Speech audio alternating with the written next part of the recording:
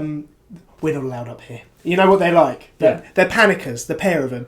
Oh, I can say this because she's not going to watch it. Oh no, we can't. We're not supposed to be up here. Yes, look, these bands, they allow us anywhere. No, that's Tom Jones over there. We can't go over. Yes, we can. We can literally walk over and say, "Oh, Tom, no, sure." Was there a buffet? Yeah, of course there was. Yeah.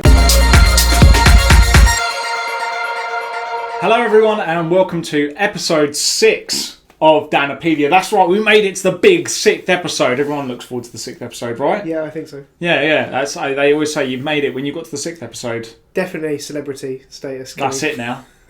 Anyway, I'm Dan. And I'm Dan. We're Danipedia. So, what's been going on this week? Well... Christmas. Yeah, Christmas. Everyone. New Year's. Christmas, New Year's. That sort of stuff. Ate too much food. I flew a long way. Yeah. I went to Canada. Yeah. Not to visit my hero, the patron of the Ants Canada YouTube channel. Because apparently he's in the Philippines now as well. Well, if he's not in Canada anymore, I'll be very disappointed. 'Cause Ants Philippines doesn't roll off the tongue as well as Ants Canada. No. What'd you get up to? I ate a lot of food. I opened some presents. Did you get anything good? Yeah, strangely, my family clearly think I'm a nutter. Right. Either that or the rest of your family are nutters. Yeah, well, and there's good arguments both ways. This was a gift. This was a gift from my big sister, and I love it. I do like this, so it was the right gift. I liked it. When you showed me, I was like, it's a pocket tool, but with an integrated axe. Not an axe. I'm not going to cut down any trees with this. No. More break some kindling or something like that. And a hammer. I said to you though, that's a really useful tool. I think you keep that in the glove box of the car. Yeah. If you're in an accident, break your way out, no problem. That's exactly the thing that people don't have in their car. That when you absolutely need it, you're like, oh my god, I'm so grateful my sister bought me this integrated axe. There's a saw, screwdriver. That's got a degouger. That's for getting fish hooks out that end bit as well. There you go. So a lot on it. That's one of my obviously my favourite gifts came from my wife. Obviously. I'm jealous of that. So, but that's the most interesting one. So thanks, big sis, for that. And that was Christmas, and then we had New Year's, and another rotation of the Mayan calendar. Yeah, the Gregorian calendar and the Mayan calendar. So that was this week. Yeah. So let's move on and let's talk movies.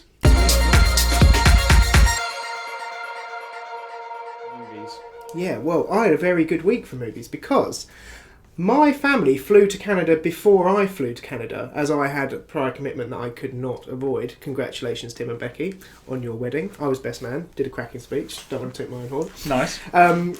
So I got a good 7 hours of uninterrupted movie and TV time on the airplane. So nice. I'll be honest with you, we flew Air Transat, which doesn't have the widest selection. Okay. And it's not the newest either.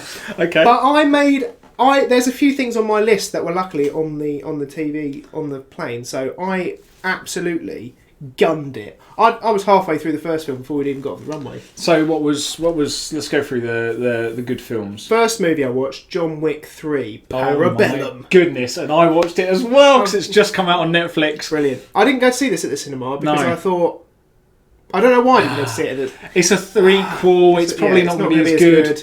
Like Taken 3. Yeah. Taken 3 put me off threequels for the rest of my life. Absolute stinker. John Wick brought me back right. Yeah, John Wick 3 Parabellum is amazing from start to finish.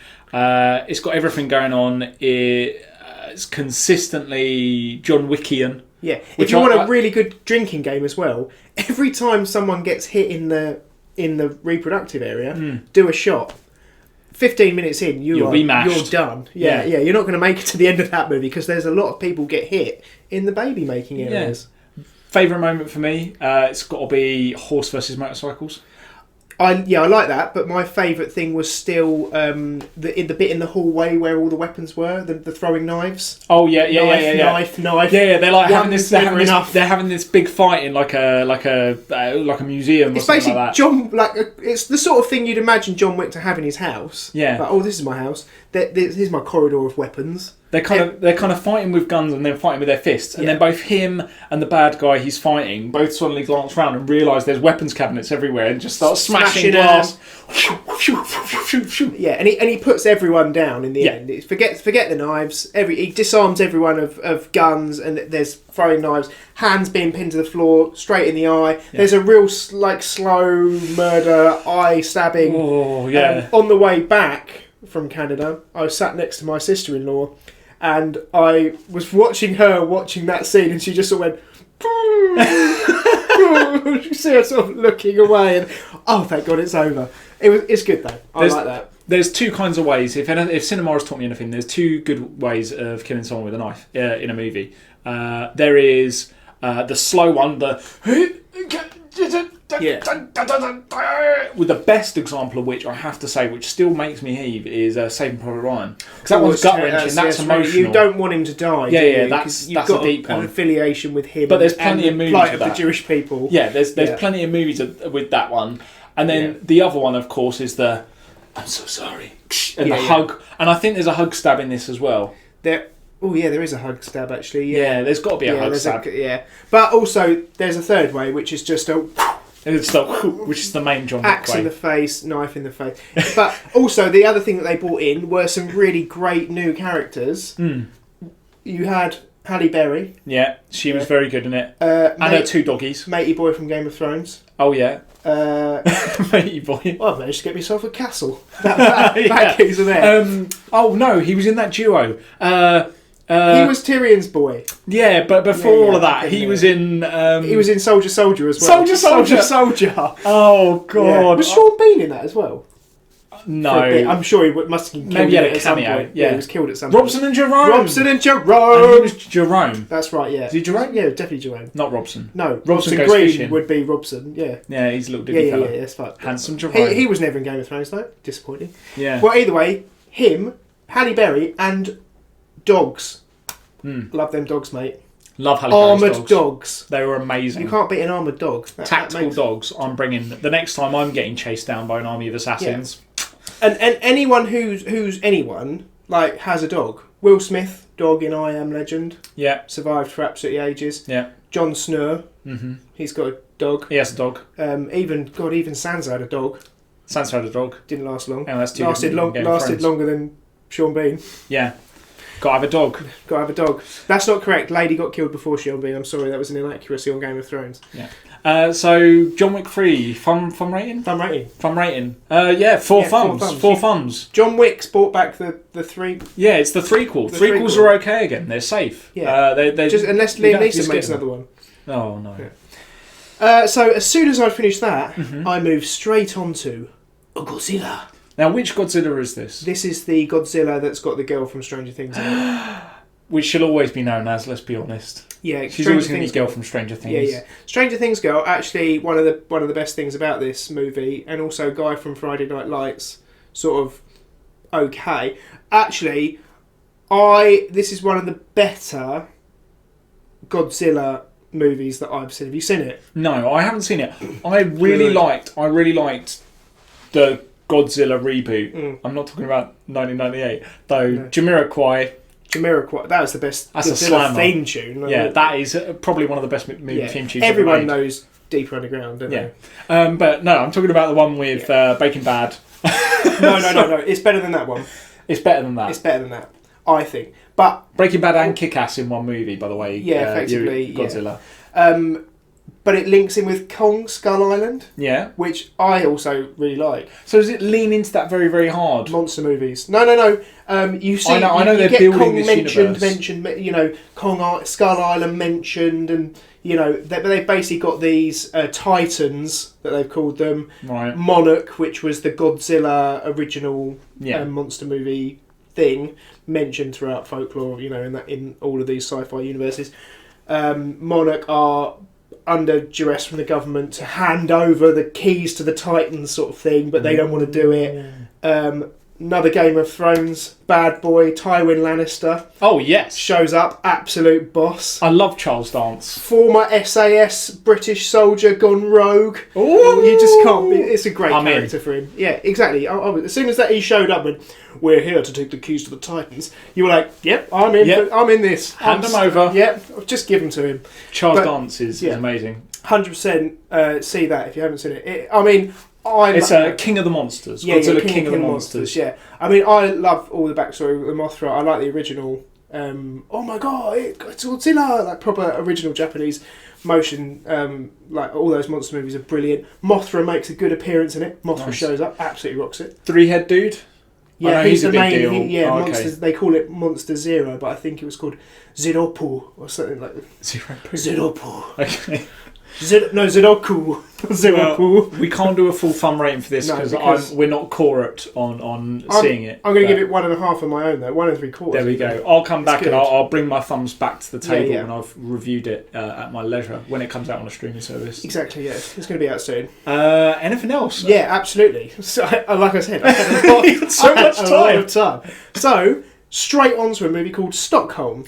And I've not heard of this. No, neither had I until I saw it. But I looked at it. It had Ethan Hawke in it. Yeah. It had Noomi Rapace, Uh-huh. and it also had Mark Strong.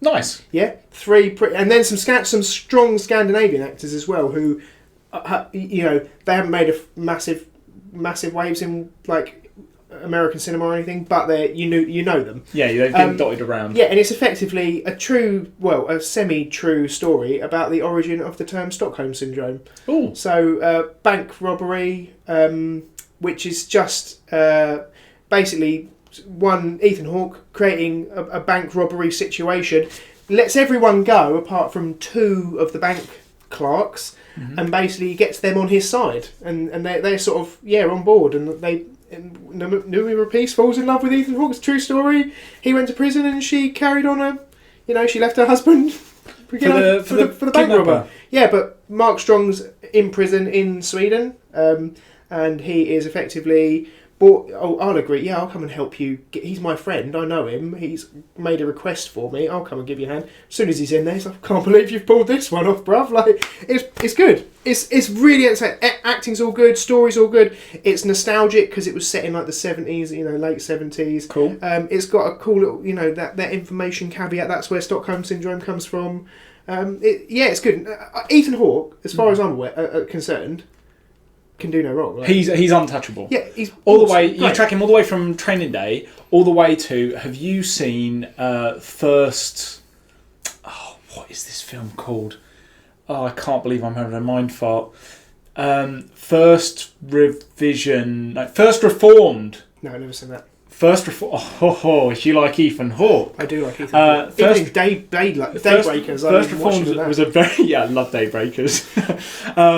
Ethan Hawke, in First Reformed, he's a priest who's grappling with his faith after some extreme personal loss. I think I have seen... And he counsels a woman who's married to an environmentalist, environmental terrorist. That, yeah. And he's kind of grappling with... Do I tell the police? The environment. Yeah. Yeah. And it kind of grapples with like domestic terrorism and faith and religion and organised religion versus but sort of true religion. I feel like you've just really breezed over Training Day. Yeah. Sorry. Sorry. Well, there's nothing... Yeah. The reason I don't talk about Training Day is because Training Day, in and of itself, you don't really need Training Day. You haven't seen Training Day? Go and watch Training Day. There's Training Day is just Training Day. Yeah, Training Day. I'm always envious. Anyone who's not seen Training Day, I'm envious of them because they get to watch Training Day for the first time. But it doesn't get any worse the 100th time. I think I've probably seen it 100 times. That I'll usually watch that, and then I watch Man on Fire directly after it because I'm in a Denzel mood. After the end of that. Goodness, Denzel days. And then I'll go into Daybreakers after that because I'm like, I can't let Ethan only have the one screen. We'll come on to the Washington family in a little bit. There's a few more. You've still got more films. Yeah. Okay. This is a little bit of a left wing for me because I'm not actually a massive musical fan, but I watched Rocket Man. Yeah. Yeah, absolutely loved it. By the end of it, I was like, still standing better than after. I'm like on the plane, like all these people looking at me like, what is that bloke? Oh, he's watching Rocket Man. Oh yeah, well, it makes sense. Then 20 minutes later, this. It's like the whole plane was literally by the end of it singing "I'm Still Standing" or "Crocodile Rock." But I like Taron Egerton. Yeah. Kingsman's my yeah, that's my jam. Yeah, same. And, I don't think he can do any wrong. Even sing, he does a great Elton John number in that as well. So there were cringy moments in Eddie the Eagle. There are parts of Eddie the Eagle that I struggled to get through. There were no cringy parts in that for me. I love the whole thing. But he plays Eddie the Eagle better than Eddie the Eagle. He does play. He's amazing in Eddie. He has that squint. I don't care, Mum. I'm going. I don't care. I'm a ski jumper. I'm a ski jumper, and that's all there is to it. You're going to be a plasterer. No, I'm going ski jumping. He's brilliant. Anyway, Rocket Man. Yeah, Rocket Man. But we digress. Rocket Man. I quite like Elton John music anyway, so he's got an amazing back catalogue that everyone knows. You have no soul if you don't like Elton John. Yeah, but he plays Elton John brilliantly. I know there was some backlash from the Elton John estate about his portrayal. No. Because he makes him out to be quite enough. But I think he was pretty spot on from what the media's led me to believe. As we know, we can trust the media in everything they say. But anyway, Rocket Man, I would definitely give that 2 thumbs up. Yeah. And I walked out of Rock of Ages. As soon as Tom Cruise started singing "I'm a Cowboy," I love that song. Yeah, that finished, and I went, I've had enough. I came out, and my wife went, "Did you not like it?" I said, "I'm sick and tired of making excuses for Russell Brand." How many times have I got to say, "It'll be good in this one. It'll be good in this one"? In my head, I've got you walking around like Russell Brand back in like his 2000s years, like using drugs and getting with women and stuff, and you just being like, "I'm so sorry about my mate. He's never usually like this. He's a good lad." That's exactly what it was like. I'm sick of apologising for Russell Brand. I'm sorry, Russell. I'm not doing it anymore. Look, Russ, you've got to calm down. They don't like you. This is 5 years sober. Right, well, anyway, Rocket Man is good. If you like, even if you don't like musicals, I don't like musicals, and I thought it was brilliant. So, on to the next film, another airplane, which I managed to squeeze in. I was finishing this one off on the runway, but I made it. Okay, Tolkien, absolutely gut wrenching. Oh, mate, I was absolutely devastated by it. Really? Oh, mate, I'm welling up just thinking about it. Honestly, he's Nicholas Hoult in it, absolutely brilliant, and the bloke from the OA, the original Angel series that was on Netflix. Oh yeah. The geezer, the bullyish geezer. Yeah. He's brilliant in it as well. It's all round. It's actually a good cast, good movie. The whole First World War thing is just it's a terrible. And doesn't it? My understanding of I haven't seen the film, but I have seen the trailers and stuff around it. There's a lot about the legacy of the war in the minds of the people that fought it. There's a lot of like PTSD themes and stuff. Is that right? Yeah. He basically is his father dies, his mother dies. Him and his brother are educated by the church. They actually ends up. He gets to Oxford, but effectively loses his scholarship to Oxford, only gets back into Oxford by showing a language professor the Elvish language which he's created. He basically said, "Look, I've invented an entire language, verbs, nouns, the whole thing, and it's got the same structure as a Scandinavian or a Germanic language." And the guy's so impressed with him, he says, "Okay, well, write this essay for me and we'll see how we get on." And he's blown away by him, just by his brilliance. Obviously, one of the literary geniuses of our lifetime. There probably won't be another person like him. For those of you who don't know, Tolkien wrote Lord of the Rings. Well, yeah, I would hope you would probably know. If you didn't know that, then you're watching. You'd go away. But we don't want your subscription. A portrayal of his life that's just absolutely. I loved it. I thought it was absolutely brilliant. My boy Nick. Yeah, and it's got the girl in it from Extremely Wicked, Incredibly Zac Efron. I know who you Ted Bundy movie. Yeah. She was in The Blind Side as well. Yeah. Amy Adams? No. I want to say Collins, but that might be the character name from Blind Side. Either way, she's good in it as well. The PTSD thing, obviously, that was not a recognised disease illness at the time. No, he's got the shell shock. Yeah, he'll be all right for the next one. Dust him off, get him in front of Jerry again, and it's really heart wrenching. But absolutely, I thought it was really good. I thought it was brilliant. Okay. Definitely see that. So let's move on from the airplane movies. I want to talk about some upcoming movies. And sticking with the First World War theme, I am super duper excited. It comes out on the 10th of January, 1917. I'm super hyped for this. Super duper hyped. And this is by... Come on, you can do it. The guy that made Gravity. Oh, the guy that made Gravity. He's on the tip of my tongue. He's on the tip of your tongue, the tip of the lips. Oh, it's really going to bug me. I'm going to have to Google live on camera. I'll Google. I don't care. Well, either way, 1917 is the story of a soldier who has lost his brother and has been sent on a mission to find him. Sam Mendes, thank you. Sam Mendes, who also directed Skyfall. And didn't direct Gravity. And didn't direct Gravity at all. Did you mean Skyfall? I'm incredibly embarrassed now. Didn't we go to the premiere of Skyfall? No, we didn't go to. No. You might have. I definitely went to that. Sam Mendes, Big Sam, came out on the stage beforehand and made a little speech about how proud he was of all the cast and crew. And he's now Sir Sam Mendes as well. Sir Sam. Sir Sam. Well, either way, this, as far as I'm aware, from what I've seen, I'm hoping I'm right about this, but I don't know because I haven't got enough information yet. This is a 24-esque movie. Yeah. In the space of 2 hours. This is so the reason I was thinking of Gravity is because this, like Gravity, is a single shot. Yeah. And I love this. I love the work I think his best shot to date. He did that for the entire opening sequence of Skyfall. Yeah. It was like an 8-minute uninterrupted single shot.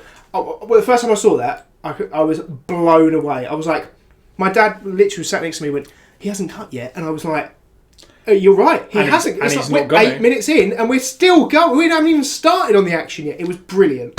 Sam Mendes is an absolute G. I've always been a fan of this kind of thing. So I'm thinking of who am I thinking of? Of course, Alfonso Cuarón. Oh, Alfonso Cuarón. And the reason I was thinking of Alfonso Cuarón, I know he didn't make 1917, but what he has made in the past is Children of Men, which has an amazing continuous shot. And also Gravity, which is all a continuous shot. Basically, yeah. Well, it's interluded with CGI, but there's some very long shots in there. Yeah, and this 1917, so it's a continuous shot. Now, what I do know about the plot is there are two soldiers. It's 1917, height of the First World War. It's bloodiest, it's grittiest, and it's muddiest. And they are sent by...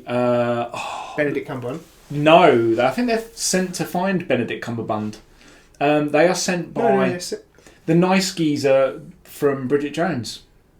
What? The King's Speech. Yeah. Colin Firth. I'm pretty sure it's Colin Firth. Colin Firth. Because there's this trailer and it's called The Briefing. Yeah, and he's like, come on, chaps, I need you to spot up the trenches. If you don't, then everyone's going to be dead by dawn. Yeah, for King and Country. And these two guys have to set off across the battlefields of the First World War, across the Somme, I think. And they're setting off to prevent, including one of the soldiers' brothers is part of this huge battalion that are about to be horrendously ambushed and massacred. And they are just on a mission to save a lot of troops. And I think this film's been very hotly tipped already. It's already picked up a couple of awards, and I'm pretty certain I'm going to love this. Yeah, I love a war epic anyway. I love something with a bit of, those long continuous shots for me. There's some films that can be the most boring films in the world, but I'll walk out and go, why did I love that? And then I'll think, it's because there was loads of long pensive shots about nothing in the middle that I really enjoyed. The cinematography was on point, and that's absolutely, okay. And the light is perfect, you know. I think the action that's going to be in this, and just the story it's going to tell, and the way, much like as we were talking about way back on one of our earliest episodes about They Shall Not Grow Old. Remember that? Oh yeah, what a documentary! And the way that now we're hearing all these stories. So I think there was a long time, particularly off the back of Saving Private Ryan, where the Second World War was sort of hype and everyone was telling stories of that. But for Dunkirk, not I wasn't that impressed with. Yeah. Well, ironically, Tarantino's just he's warming up to his best movies of the decade, and he's doing the movies of the decade because he used to do top 10s all the time. Yeah. Dunkirk is his number 2. Yeah, which I get it because it's a beautiful film, but there's things in there, and I just think, you know what, like Tom Hardy wouldn't have ditched that plane there. He'd have done a U-E and he'd have come all the way back. Obviously, I don't know what the wind speed and direction was, but at the same time, I feel like he was gliding enough. He could have put a single turn in there, and he could have landed on the beach. He could have run that plane right back to where they were, jumped on a boat, and gone home. I was touched by it, but at the same time, there's like it's with Harry Styles, the Hiding Germans storyline, where they're all like cramped up in that boat, the moored boat. That didn't really wash with me. Great cameo from Michael Caine though. Yeah. As the Spitfires come across the channel, you have control, Squadron Leader. Yeah, nice little brilliant. one. And that was actually cut directly from Battle of Britain, from the movie Battle of Britain. Really? Yeah, really, really good little. And while we're on the topic of Christopher Nolan, I need to tell you about a film that I've watched the trailer probably 20 to 50 times now. What is this film? Tenet. I have never heard of it. Oh, because I've been on the back end of nowhere in Canada with no Wi-Fi. And also, British mobiles don't work in Canada. Hey, thanks, Vodafone. Tenet. Right. It's one of these Christopher Nolan films we're not actually sure what it's about. No. Okay. Like we were with Interstellar until it came out. Yeah, and Inception. Yeah. And Batman. Yeah. But we knew it was about Batman, but it's looking dope. Okay, so what we do know about Tenet. There was a trailer that was released, and the trailer is quite short but looking very good. It stars Washington Jr. I never remember his full name. John Henry Washington, something like that. Yeah. Washington Jr. Denzel's son, who's an amazing actor. Yeah, he's amazing. And Arpats. Oh, Robert Pattinson. Yes, And to be fair to Robert Pattinson as well, there isn't a single film I've seen him in post-Twilight. There isn't a single film that I've seen with him in where I've been disappointed by his performance. Arpats is down to DiCaprio. Yeah. So DiCaprio after Romeo and Juliet, and also Titanic, it being the epic that it is, it's still wet, mate. He went, I've got to sort my life out. And he just went on an absolute killing spree. Yeah. And he nailed the next 10 movies. Arpats went, I can't be the vampire for the rest of my life. Like, I've got to absolutely, like, what's the most masculine thing I can possibly do to bring myself out of this, you're a vampire slump. Oh, I love you because you're a vampire, Arpats. I'll be Batman. In fairness, yeah, I'd say he's coming back strong, and he's coming back with some good roles now. I haven't seen yet. What's that film called? The Lighthouse. Oh yeah, that's black and white. Super duper weird film with Willem Dafoe. Yeah. I'm excited. Where they're trapped on an island. Well, they're not trapped, but they're on an island together, and they're the only inhabitants. I'm excited for that. But big waves at the Sundance. Anyway, we lost track. Tenet. Were you talking about Gravity? Tenet, right? Tenet. Oh, yes, Tenet. Yes, I've totally seen the trailer. I've seen it like 8 times. Okay, right. Yes, I've seen the trailer. And just to say the name again, it's Tenet. Tenet. Tenet. Yes. Yes. We're not going to say the name again. No. Let's talk about Tenet. I'll say it again. It seems like it's a subversive world of like covert sort of black ops where they're using some sort of strange technology. Again, sounds seriously Inception-like. But apparently they can use the technology to rewind time, but just like a little tiny bit. Yeah, sort of like deja vu. Yeah, but they like can shoot it like it's like from a gun, and you shoot at an object, and the object rewinds a little bit. So if someone shot you with a real bullet, I could shoot the bullet, and the bullet would come back out and rewind time. That'd be cool. Car crashes, shoot the car uncrashes. I'm going to watch this trailer. I watched it once, very briefly, because I think it came up on the IMDb What We Know So Far stream, and I watched it briefly. I'm going to watch it a whole bunch more times and see what I think. But yes, Tenet. I'm fully in. No one's really sure what it's about. Yeah, because he's good at that. I think it's going to be a good one. I feel like we've spent a long time on movies. Yeah, well, we're going to spend even longer on movies because we've got one more to talk about. We're not letting this one sweep under the rug, Dan. What else have we got? Star Wars. Now, I'm going to be honest with you, we don't need to talk long about this. I've done a video. You've done a video. Dan did 2 videos, actually, on Star Wars. One with spoilers, one without. Go back and watch them if you haven't. I went and watched Star Wars on my own while I was waiting for my to get on the aeroplane, and I asked for my money back afterwards. They told me no. They asked me to leave. You're the 5th guy today. Yeah.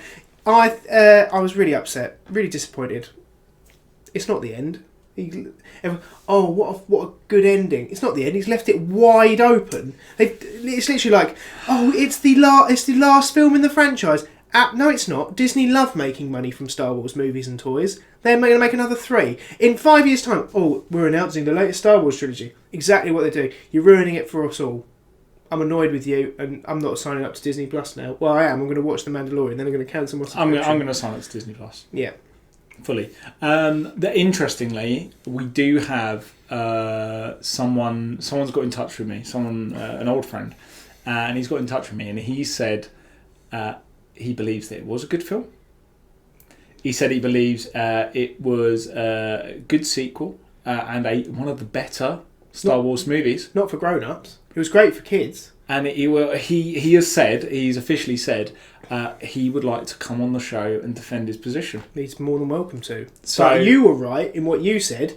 Episode 1, it turns out, is not a bad film. Episode 1's an amazing film. Episode 1's actually really good. It's a really good Star Wars and the action sequences in Episode 1, where especially the final saber fight with Darth Maul, Obi-Wan, and Qui-Gon. That's a lightsaber fight. That is a lightsaber fight. The best lightsaber fight in any of the movies. Yeah. Better than Vader, better than Luke, better than the whole Leia-Luke fiasco going on in the new one. Better than I have the high ground, Anakin. Yeah, way better than that. Way better. I have the high ground, Anakin was one of the most disappointing things that's ever happened in my life. And we knew that fight was coming for 3 movies. Yeah, 6 movies. Well, we didn't know we were going to do the thing. We totally knew, mate. They let that. I've been sitting there since Empire, going, I want to see what happened. How did Darth Vader end up in that? He's more man. He's more machine than man now. How did he become more machine than man? I cut him in half. Yeah, because I had the high ground. Yeah, and he had the lava ground. It wasn't even ground. It was liquid. Either way, let's finish talking about Star Wars now. Let's never mention it again.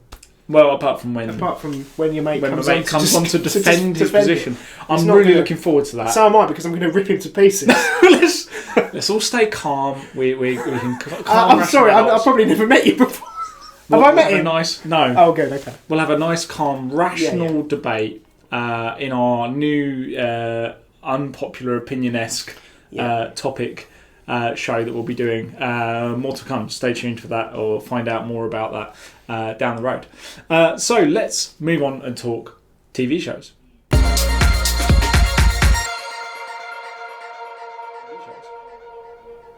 So there are 3 quaking with excitement. 3 TV shows I've been watching. The first one, I have to just give a shout out vocally. Toss a coin to your Witcher, oh Valley of Plenty, Valley of Plenty. The Witcher. Oh, my days. Absolutely loved it. Brilliant. There was a couple of episodes in the middle where I thought this could go one of 2 ways, and I'm either going to end up hating it or I'm going to end up loving it. And luckily for me, it went the right direction. I absolutely loved it. Yeah. Smashed it in like 2 days. It was great. Likewise, I smashed it in about 2 days. They took a chance. For those of you who haven't seen it, we won't do any spoilers now. I feel like it's a bit too fresh. But they take a chance with it, and there's some time diving. There's a lot of time bouncing travel. about. There's some bouncing about in time. There's kind of storylines that take place over different timelines and then converge. And I think that was a brave decision. There's some hard bits to follow. It's like, oh, you look old. Actually, he looks exactly the same as he did in the last episode. Those crow's feet are new. What crow's feet are you talking? There's a few lines where they subtly hinted that it's in the past or in the future, but the fact of the matter is, a lot of people in this show don't age because of the magic. And that adds to it, because half of the people are magical, they don't age, so you have to look at things like the buildings aging and stuff, and they never take the easy way out and throw up like a year or a now and then or anything like that. They don't slap you in the face. You have to be paying attention and go, well, hang on, I've seen that character die. So this must be in the past. They leave you to kind of make that connection, which I like. I was treated like an adult, but it means that you've got to behave like an adult. You can't be on your phone during this one. Do you know how many times I had to slap the phone away from the wife? A lot. I mean, she's not as into this sort of thing as I am, but at the same time I said, you know what, show him the respect he deserves. He is your Witcher. He's your Witcher. If you needed a Witcher, you'd be glad a Witcher was there. You wouldn't be, the monster's over there somewhere. I've just got to update my Facebook status. You would be like... Oh, no, you pay heed to the Witcher. Yeah, and then when he comes back, you pay him the money that he's owed. Toss a coin to him. You toss a coin to your Witcher, because you're in the Valley of Plenty. That's right, and he's the friend of humanity. Yeah. Right, well, there's a lot of characters who you think are going to be big parts in this, and then they're never mentioned again. Yeah. You know, they have a full-on dialogue, introduce themselves. Oh, Milka or whatever her name is. I feel like they're going for a loop with those ones. They're going to come back. But Season 2's coming out this year. Yeah, and then you'll go, oh, I remember her. She was in it for 3 minutes in the second episode. And you know, there's a lot of that.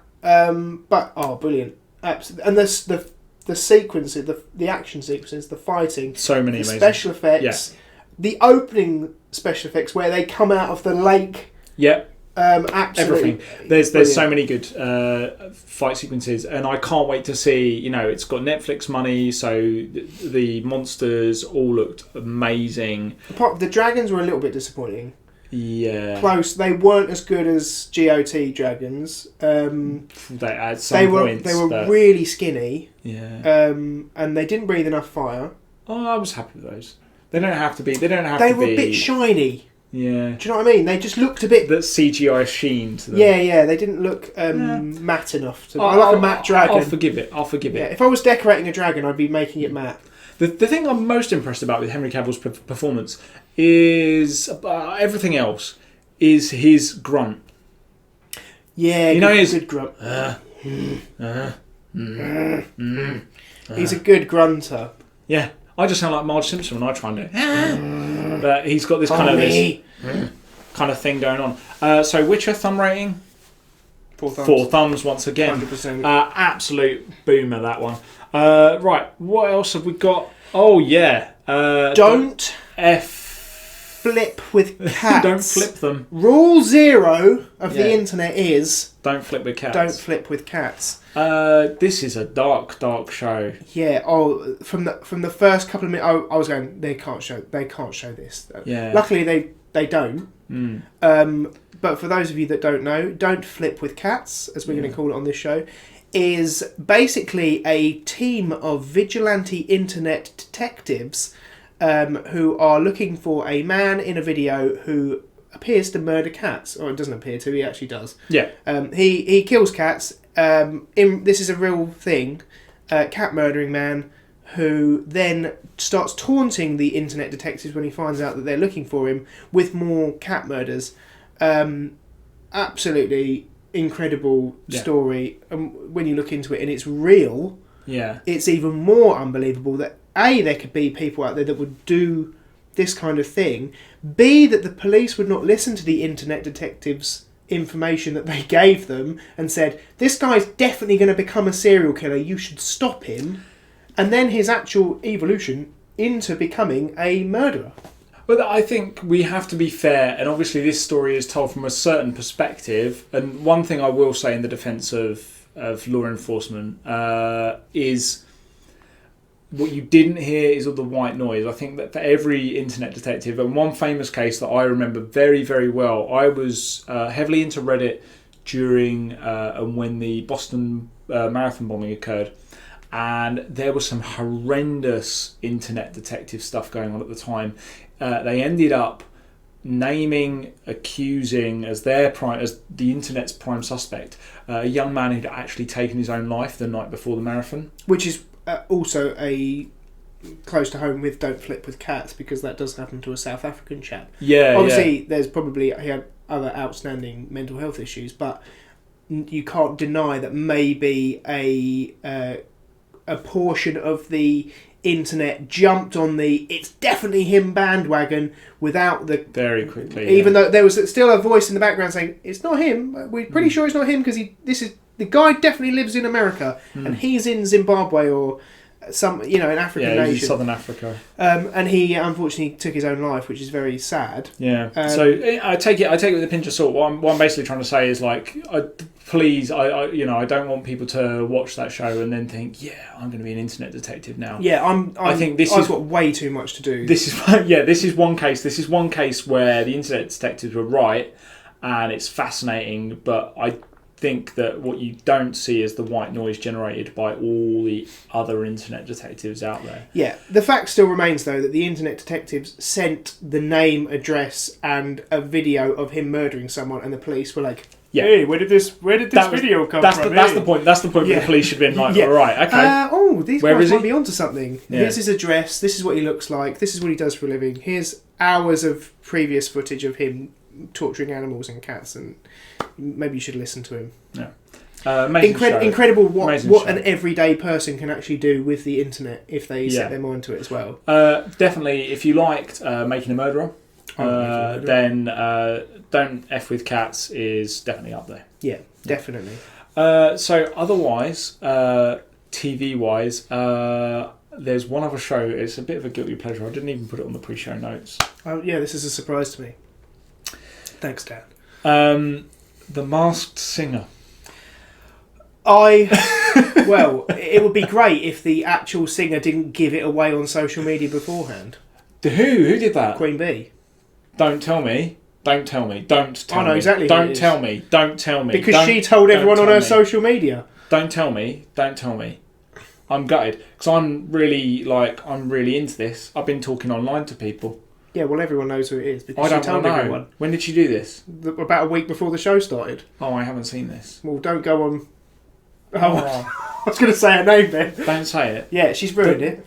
Oh, I'm basically The Masked Singer. It's a Korean format TV show that's been around a couple of places 100% Korean format. Yeah, it's been like an American version and stuff, and an Australian version. 12 pseudo celebrities. It's a reverse voice. Yeah, it's kind of like 12 kind of C to F tier celebrities. Some of them are past celebrities making a comeback. Yeah, they put on like these big elaborate costumes, they mask their voices, and then they go out on stage and they sing, and you have no idea who they are, and then judges, audience votes. It's not a live show, so it's just the audience and the judges vote. Opportunity for rigging there, and then the loser unmasks themselves each week. I've been loving it, and I'm gutted that someone's done that. I'm gutted. I think she did it by accident, but she's still done it. How'd you do it by accident? Well, I think a group of internet detectives put two and two together. After they'd solved a murder, they moved on to The Masked Singer. Brilliant. Internet detectives, again, I told you, sometimes you're alright, but most of the time, no. Well, anyway, really enjoying The Masked Singer. Okay. And really, if I can get us tickets to the final. Yes. Yeah, okay. 100%. Yeah. Because you missed out on the voice final. I never saw the voice final. Yeah, when we met. We met Will I Am, Tom Jones, Rita Ora, and who's the guy from Kaiser Chiefs? Ricky. Oh, yeah. Oh, met all of them. Story. You know, I used to fly her for Kaiser Chiefs. I knew all of the Kaiser Chiefs, the original lineup with Nick, who's the drummer. I knew all of them before they were famous, and I used to fly over for them outside like clubs. Oh, really? Yeah. Do you know Katie B as well? Didn't you? Yeah. Yeah. Well, very faintly, I've met Katie B. I have friends who know her. Yeah, I've name drop. I don't know.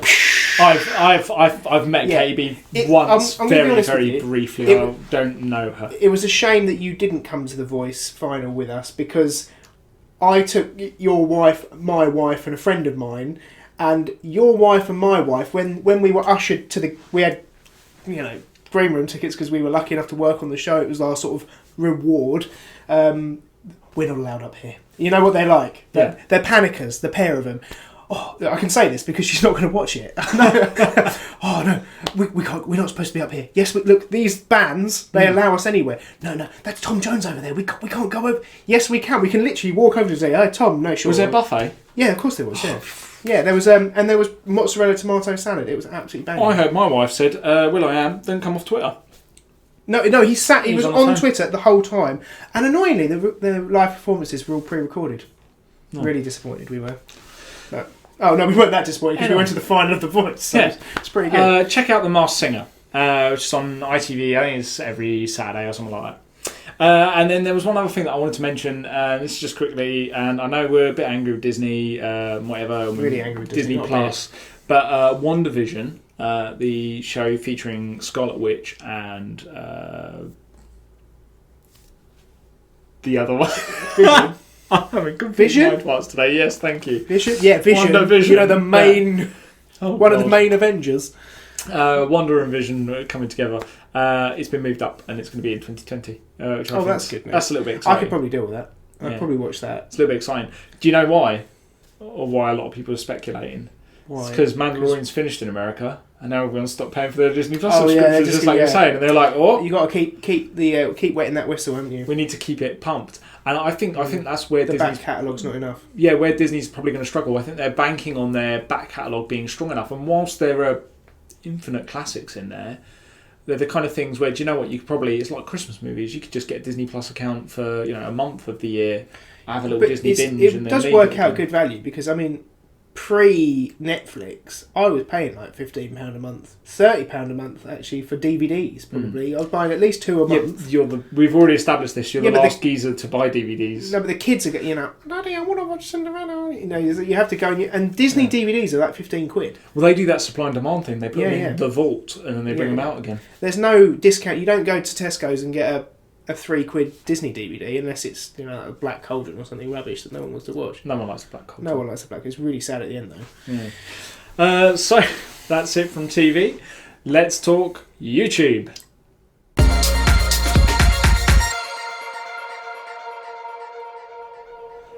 So what have you been watching on YouTube? Hacksmith.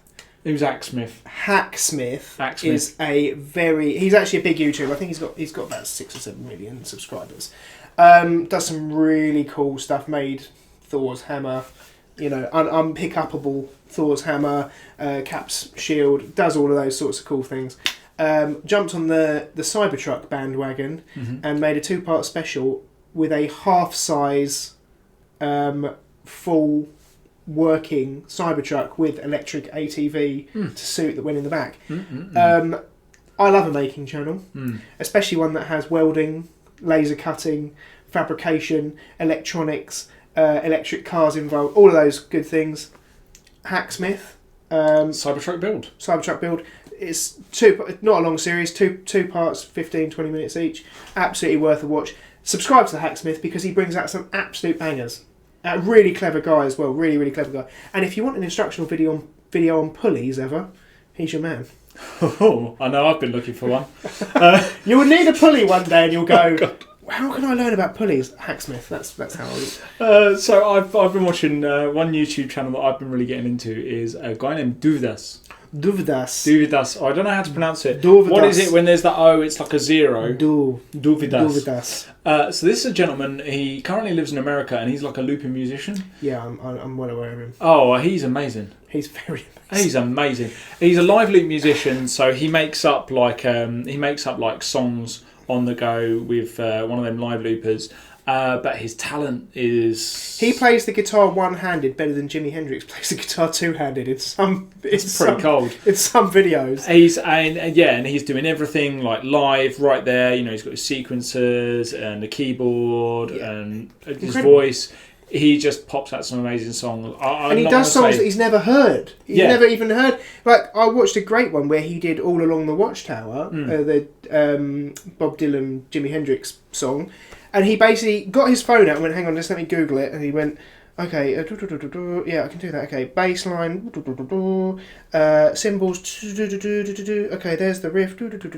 And while he was playing the guitar solo with one hand, while he put his phone in his back, he's absolutely incredible. And he retains an audience's attention in ways that I wish we could. Yeah, but he plays git. You look at it and you think, why is he only playing a gig to like 10 people? Yeah, he seems too small to be for that good. Part of me sort of think he's actually the masked singer. He's going to whip off, like Mission Impossible 1 style, and it's actually going to be like some absolutely incredible guitarist from like someone who's already dead. Yeah, someone we think is dead. Like who? I don't know. It'll be Tupac, but then he'll take off the Tupac mask, and then it'll be Jimi Hendrix, and then it'll be Kurt Cobain. Yeah, and then it'll be Amy Winehouse underneath it all because she's the only one small enough to fit inside all of those costumes. There's 28 masks. Yeah. All the 27 club members. All of them. Yeah. And Buddy Holly's there. No, I'm not Buddy Holly. I've been able to see for years. Yeah. Oh, he was doing it all blind. Right, we are definitely going off track. Way off topic. Here. Okay, let's talk some games, some video games.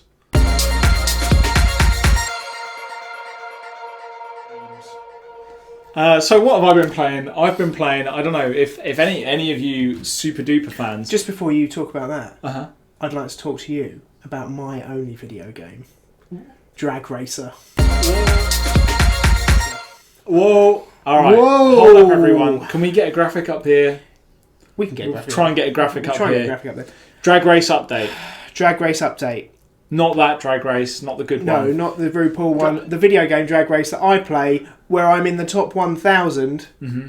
She is a fickle beast. Okay. 1 second place dropped me from 848th to 1,017th. And it's taken me weeks to get back in the top there. It's getting to the point where I'm not going to give up. Obviously, I'm going to stay in the top 1,000. Do you think this is your second act, sort of second act lull? Do you think this is where in the whole story of your Maybe, rise yeah. to success in Drag Racer, this is the bit in the second act where you drop off, your trainer's died, and then you sort of come back in? Probably. I'm hoping that's the case, and then I'm going to have a massive burst of energy and get right back into the top 500. Nice. So yeah, update on that. I'm not in the top 1,000 anymore, but I will be next week. That's right. So, real video games. Just to go back to real video games. Real video games. For those of you very eagle-eyed subscribers, you might have seen over the weekend, I tried and experimented with a little bit of live streaming, only for like half an hour or something. So, blinking you missed it, and I'm not going to put up the video because I was playing around with the quality a lot. But if it's something you think you'd be interested in, then definitely leave a comment down below. If you think that you'd like to see us maybe live stream, play some computer games live. The game that I was playing was a game called My Friend Pedro, which is an amazing game. It's from a studio called Devolver Digital, and Devolver have made a couple of games over the years that I really, really liked, namely Hotline Miami. It's a really good sort of top-down style game, lots of shooting. It's basically John Wick the game. That and My Friend Pedro, which is, again, it's kind of John Wick the game, but with skateboards and lasers. From what I saw of your live stream, it actually looked like it's a pretty modern version of sort of Metal Slug. Yeah.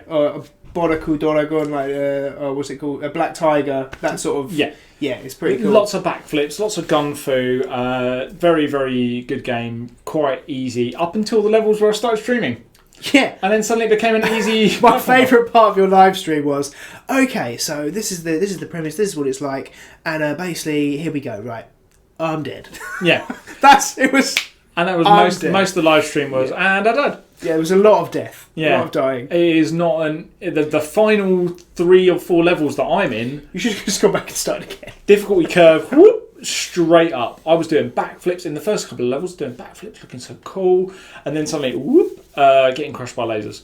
But definitely worth a go, and it's fairly cheap as well. It's only like maybe £10-12. It's on PC and Switch. One other game that I'll be getting into, I know Star Wars is a sore topic. We said we wouldn't mention it again. But Jedi Fallen Order, amazing game. It's kind of Dark Souls-esque, for those of you who know. Dan's probably pretty clueless, doesn't play a lot of computer games. But it's Dark Souls-esque, very strategic combat. You'd like this simply because it's a Jedi game. It's set between number 3 and number 4. It's a youngling from the Jedi Temple that survived the massacre at the Jedi Temple. Oh, I'm intrigued. And he managed to escape and survive, and he was living out in a mining colony, minding his own Master business. Anakin, is it that kid? Tell me it's that kid. It's probably that Right, kid. let's say it's that played kid. by the guy that plays Joker in Gotham. Oh, cool. Yeah, it's played by him. Cool. And he in a freak mining accident, he saves his friend using the Force and reveals his Force powers. And the Empire come after him because they're like, "Hey, we're killing all the Jedis. You ain't about this life." And then he gets out his lightsaber and he becomes a Jedi again, and he's kind of trying to reunite the Jedi. And so the storyline, very, very good, better than Star Wars. And it's not odd. Not odd. I've seen episodes of Pingu with better storylines than that one. Mate, Pingu's quality. Yeah, exactly. Dialogue's really involved. You don't need the dialogue. That's how good the story is. And it's the gameplay as well. It feels weighty. You feel like a Jedi. You feel like, enemies do take like 1 or 2 hits, and you feel like that's how it's supposed to be, but the enemies can dodge and kind of they have, there's a little bit of AI involved with it. Yeah, and they're smart enemies, and they have other ways of sort of fighting you with the lightsaber. Cool. And is there a VR version? No, there should be. Well, there is Vader Immortal. It's a VR. Do you get to be Vader? No, you are. What's the point then? I don't think so. I think you just get to meet him and chat to him a lot. Which is what's he doing now? Welcome to my living room. And then you like interact with Vader's living room. I'm sorry, it's such a mess here. You go to. I would have tidied up if I'd known you were coming. Let me just put those books away with the Force. Oh, you'd have a tablet, wouldn't you? You go to Mustafar.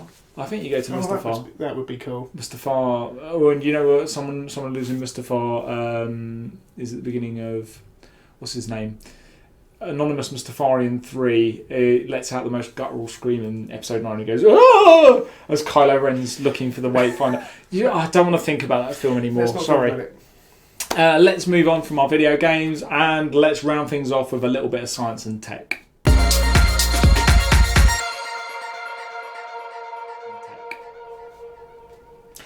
Very cool things are happening. I'm very upset about basically my whole life up until now because I gave up when NASA announced when NASA announced they were no longer going to be taking missions to the moon. I effectively gave up studying maths and physics. So I thought there's no point in me in becoming an astronaut now because I'm never going to get to go to the moon.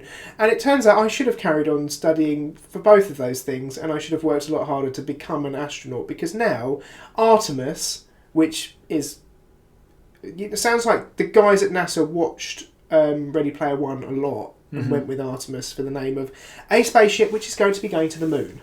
Nice. Yeah, it's really cool actually. I'm so gutted I'm never going to go to the moon because this could happen. This is the start. It could happen, you're right, but I would be the oldest man on the moon. Basically, what NASA are going to be doing is they're going to be subcontracting a lot of things out to private companies with the rise of SpaceX and whatnot. So there are going to be private companies sending science projects and science experiments and equipment to the moon using SpaceX and using drone technology. There is going to be a satellite called Gateway, which is going to be launched in 2024, 2023 maybe. I can't remember the exact date. Okay. But it's going to be launched, it's going to go in orbit around the moon, and it's going to be a preamble for another international space station around the moon. So basically there's going to be a presence around the moon constantly.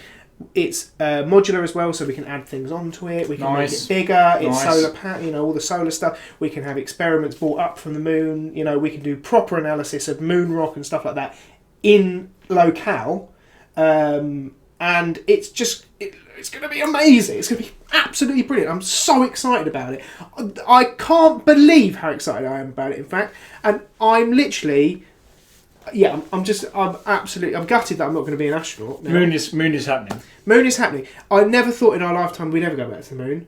But basically, the fact of the matter is that we need to study what happens to astronauts if they spend extended amounts of time on a foreign body before we can actually think about a manned mission to Mars. Yeah. For me, I've always thought, well, why are we even talking? I know everyone's talking about living on Mars and creating habitation on Mars. And it's like we haven't managed habitation on the moon, so why are we? You got to walk before you run. Surely habitation, sustained, habitation that we know works. The same way we know, I think we can all say now that the ISS works. Yes, it is. It's getting old and knackered, but you need to have a proof of concept on the moon before you go to Mars and start living there. We knew into the ISS would work because Mir worked. Yeah. Mir was, and Mir was 10 decades old. It's one of those things that really, you're right. Why is it taking so long? That's the thing. I mean, obviously there's a lot of research needs to be done, and we've had to send drones and rovers and whatnot to Mars so that we could get stuck into that. But really, I mean, it's really, really exciting. It's absolutely incredible. Gateway, for me, is the most incredible thing. And the fact that NASA have opened the doors to... It's not government funded anymore. It's privately. If Elon Musk says, I want to find out the exact composition of the minerals at the core of the moon, he can design and build a drill and send it to the moon and say, here you go, NASA, you can analyse the core of the moon now because I've drilled all the way to it for you. Hang on, can you not start talking about drilling into spatial objects? Because then we've got a way to fight the rock. Yeah. If anyone's going to blow up the moon, it's going to be Elon Musk, isn't it? No. I just wanted to see what was happening. It's not going to be Elon Musk. I wanted to see what happens in case a meteorite comes towards us. It'll be a group of. I don't know why he's a drillers. 20s gangster.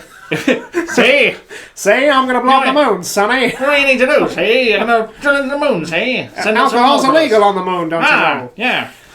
Up on the trolley train. That's going to be. Maybe that's what I do instead of becoming an astronaut. I become an oil driller. Yeah, I'm an oil man. I'm an oil man.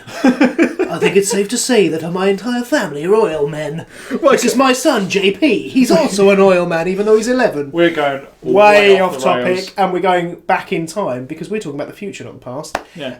Either way, very, very exciting. Right. Anything else from the science and technology world, then, Dan? Yes, Volkswagen are experimenting with autonomous electric car charging robots. That's a sentence I never thought I'd hear. No, well, now you have.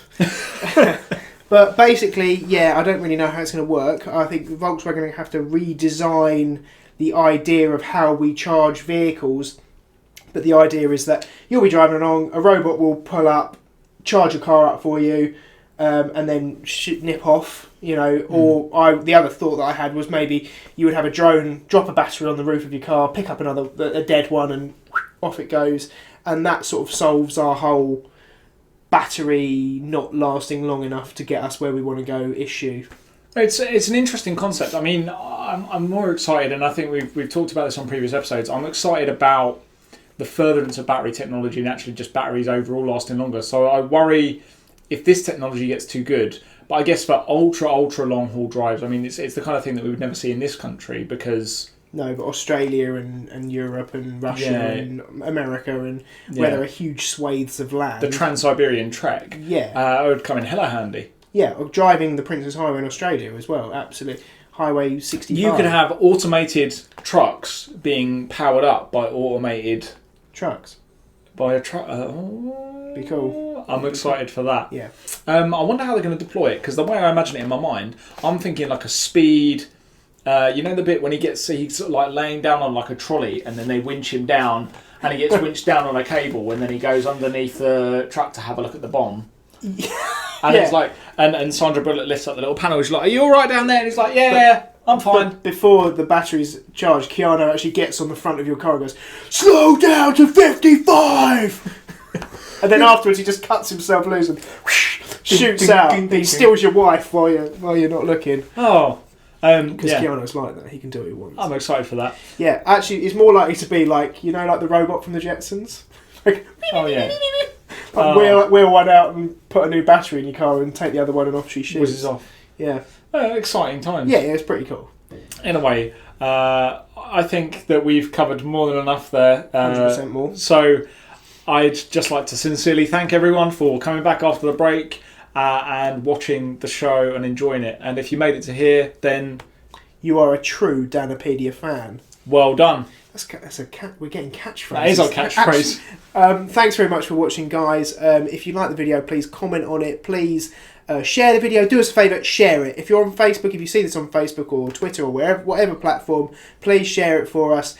Hit the notification bell and hit all so that you get all of our future content. Yeah. We'd hate for you to miss out on anything. Yeah, hit the bell in particular because you never know when I might just drop another little surprise live stream. My schedule's super duper funny and I could drop one at any time. You just don't know. Also, look out for our Veganuary,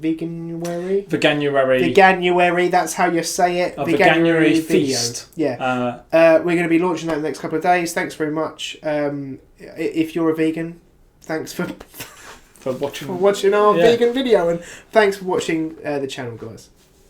Bye. Bye.